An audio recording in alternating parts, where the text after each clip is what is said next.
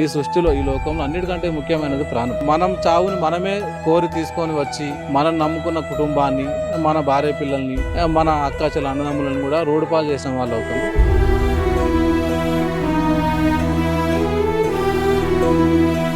గుంజుకుని పోయాడు అంటే గుంజుకుని అది లోతు కలిపేది.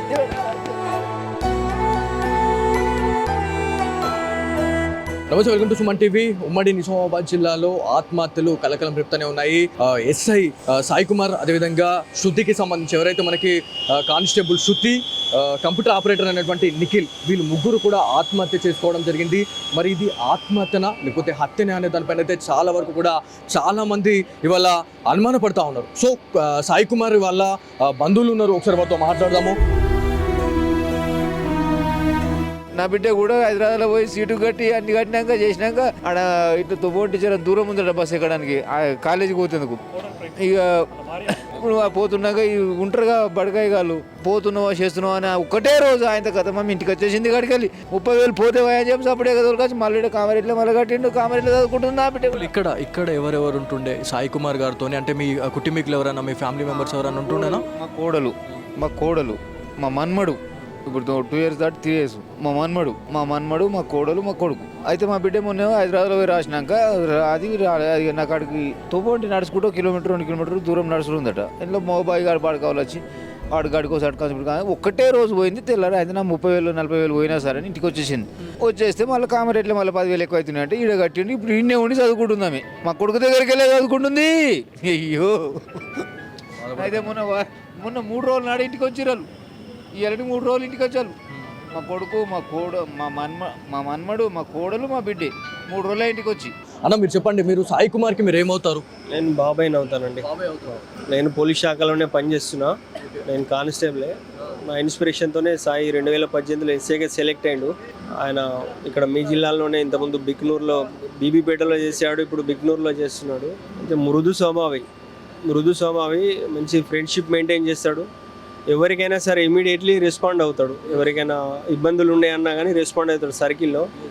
ఆ మృదు స్వభావ గుణమే ఆయనను నిన్న జరిగిన పరిణామం కారణం అయి ఉంటుందని నేను భావిస్తున్నా. సోషల్ మీడియాలో దుష్ప్రచారం అనేది జరుగుతూ ఉంది. అంటే సాయి కుమారే శృతికి కాల్ చేసి రమ్మన్నాడు, అంటే విధులు అయిపోయిన తర్వాత కూడా తను రమ్మనడానికి గల కారణం ఏంది అని చెప్పేసి చాలా వరకు కూడా న్యూస్ అనేది స్ప్రెడ్ అవుతూ ఉంది. సో దీని గురించి మీరు ఏం చెప్తారు? సోషల్ మీడియాని దయచేసి నేను ఒకటే కోరుతున్నానండి, అసలు శృతి అనే అమ్మాయి ఆ పోలీస్ స్టేషన్లో వర్క్ చేసే అమ్మాయి కాదు. ఆ అమ్మాయి ప్రజెంట్ బీబీపేటలో పనిచేస్తుంది. బీబీపేటలో గతంలో పనిచేసిన ఆ యొక్క పరిచయాలు ఉండొచ్చు, దాన్ని మనం కాదనలేము. ఎందుకంటే ఆయన ఎస్ఐ తోటి కానిస్టేబుల్ కాబట్టి ఉండొచ్చు బహుశా. అట్లా అని ఆమెను పిలవడము, ఆ తర్వాత పోవడం ఇలాంటిది ఏం లేదు. అక్కడ 3 persons ఉన్నారు, అది దయచేసి గమనించాలి అందరు కూడా. అక్కడ 3 persons ఉన్నారు. అక్కడికి వాళ్ళ ఇద్దరి లొకేషన్ తీసుకున్నాడు. నిన్న ఫోన్ కాల్ వచ్చింది అమ్మాయి నుంచి, అక్కడ ఏదో జరుగుతుంది. ఇమీడియట్లీ వాళ్ళ ఫోన్ లొకేషన్ తీసుకొని పోలీస్ స్టేషన్ నుంచి ఇంట్లో కనీసం ఇంటి డోర్ కూడా లాక్ చేసుకోకుండా స్పాట్కి వెళ్ళడం జరిగింది. వెళ్ళేసరికి అక్కడ ఆ 3 మధ్యలో ఏం జరిగిందో తెలియదు. ఆ అమ్మాయి మేబీ సూసైడ్ అటెంప్ట్ చేస్తే కాపాడే ప్రయత్నంలో చనిపోయి ఉంటాడు. సాయి నేచర్ చాలా గుడ్ నేచర్ అండి. అనవసరంగా సోషల్ మీడియాలో వైరల్ చేసి దీని ఎపిసోడ్ వచ్చేసి కుటుంబం పరువు చేయకుండా. ఏదైతే మనకి కానిస్టేబుల్ శృతి గురించి మాట్లాడుకుంటే తన ఒంటిపైన గాయాలు కనిపిస్తూ ఉన్నాయి, గాయాలు ఉన్నాయని చెప్పేసి కూడా న్యూస్ అనేది బయటకు వస్తూ ఉంది. సో ఇదేంటంటే దాడి ఏమైనా జరిగిందా అనేది చాలా మందికి ఉన్న క్వశ్చన్ అండి. సార్ అది నేను మాట్లాడాల్సింది కాదు, స్థానిక పోలీసులు మాట్లాడాలి. నేను కూడా పోలీస్ డిపార్ట్మెంటే కాబట్టి నాకున్న ఎక్స్పీరియన్స్తో చెప్తున్నా. ఏదైతే నిన్న హుక్కు తగిలించి డెడ్ బాడీలను బయటకు తీసే క్రమంలో అది తగిలి ఉండొచ్చు. అక్కడ 3 ప్రాణాలు పోయినాయండి. అక్కడ గాయాల గురించి చర్చించాల్సిన అవసరమే లేదు అక్కడ. సో గతంలో కూడా మా సుమన్ టీవీ ఆధ్వర్యంలో నేను సాయి కుమార్ గారితోనే నేను ఇంటర్వ్యూ చేయడం జరిగింది. అంటే ఆత్మహత్యలకు చాలా మంది పాల్పడతా ఉన్నారు, ఆత్మహత్యలే శరీరంగా చాలా మంది కూడా వాళ్ళు ఆత్మహత్య అంటే ఒక చిన్న ఏమైనా ఇబ్బంది కలిగిందంటే ఆత్మహత్యలు పోయి చేసుకుంటా ఉన్నారు అనే దానిపైన మేము ఇంటర్వ్యూ చేసినాం సాయి కుమార్ గారితోనే. సో ఆ రోజు కూడా తను గట్టిగా చెప్పారు, అంటే ఏదైనా ఇబ్బంది కలిగినప్పుడు దాన్ని ఎదుర్కొనే శక్తి మన దగ్గర ఉండాలా, కానీ ఆత్మహత్యలు చేసుకోవద్దని స్వయంగా సుమన్ టీవీ వేదికగా సాయి కుమార్ గారు చెప్పడం జరిగింది. కాకపోతే ఈ ఆత్మహత్య మళ్ళా అనేది అంటే అతను అంత చెప్పాడు, ఆయన చెప్పిన తర్వాత ఇవాళ ఇట్లాంటి ఇన్సిడెంట్ జరగడం అనేది అసలు మేము కూడా నమ్మలేకపోతా ఉన్నాం. సో ఆయనతో మాట్లాడిన తర్వాత ఆయనతో మేము ఎక్స్పీరియన్స్ చేసినాము. చాలామందికి అంటే బిక్నూర్కి సంబంధించిన ప్రజలతోని చాలా మంచి రిలేషన్షిప్ ఉండింది సాయి కుమార్తోని, ఎవరైతే మన సాయి కుమార్ బిక్నూర్కి సంబంధించిన వాళ్ళతోనే. సో ఇదంతా కూడా అంటే అతను చాలామంది చెప్పిన క్యాండిడేట్ ఇవాళ ఆత్మహత్య చేసుకోవడం ఏంది అని చెప్పి చాలామంది అనుకుంటున్నారండి. సో చాలామంది అంటే నెగిటివ్గా అనుకున్న వాళ్ళు చాలామంది ఉన్నారు, అదేవిధంగా పాజిటివ్గా తన గురించి మాట్లాడే వాళ్ళు కూడా చాలామంది ఉన్నారు. సో వాళ్ళకేం చెప్తారు?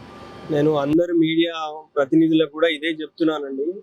అతను ఆత్మహత్య చేసుకునే పిరికివాడు కాదండి, మెచ్యూర్డ్ పర్సన్ అండి. ఆయన చాలా మెచ్యూర్డ్ పర్సనే కాదు, ఆయన ఆత్మస్థైర్యాన్ని నింపుతాడు. ఆయన కౌన్సిలింగ్ ఇచ్చే విధానం కూడా డిఫరెంట్ ఉంటుంది. ఏజ్లో చిన్నోడు ఆయన అసలు సూసైడ్ చేసుకునే కాదు, అసలు ఆలోచనే ఉండదు ఆయనకి. అది కాపాడే ప్రయత్నంలోనే యాక్సిడెంటల్గా ఆయన మునిగి చనిపోవడం జరిగింది.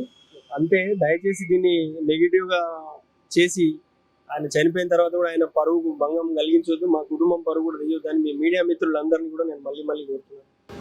ఇది మొత్తానికి కామారెడ్డి జీజీహెచ్ అదేవిధంగా మార్చురీలో అయితే మనం ఉన్నాము. ఎవరైతే మనకి బిక్నూర్ ఎస్ఐ అయినటువంటి సాయి కుమార్ గారి మృతదేహం, అదేవిధంగా బీబీపేటకి చెందిన ఏదైతే మనకి తను విధులు నిర్వర్తిస్తూ ఉంది అక్కడ కానిస్టేబుల్గా, అక్కడ కూడా ఎవరైతే శృతికి సంబంధించిన మృతదేహం, కంప్యూటర్ ఆపరేటర్ నిఖిల్కి సంబంధించిన డెడ్ బాడీస్ ఏవైతే ఉన్నాయో పూర్తిగా కూడా ఈ మార్చురీలోనే అయితే ఉన్నాయి.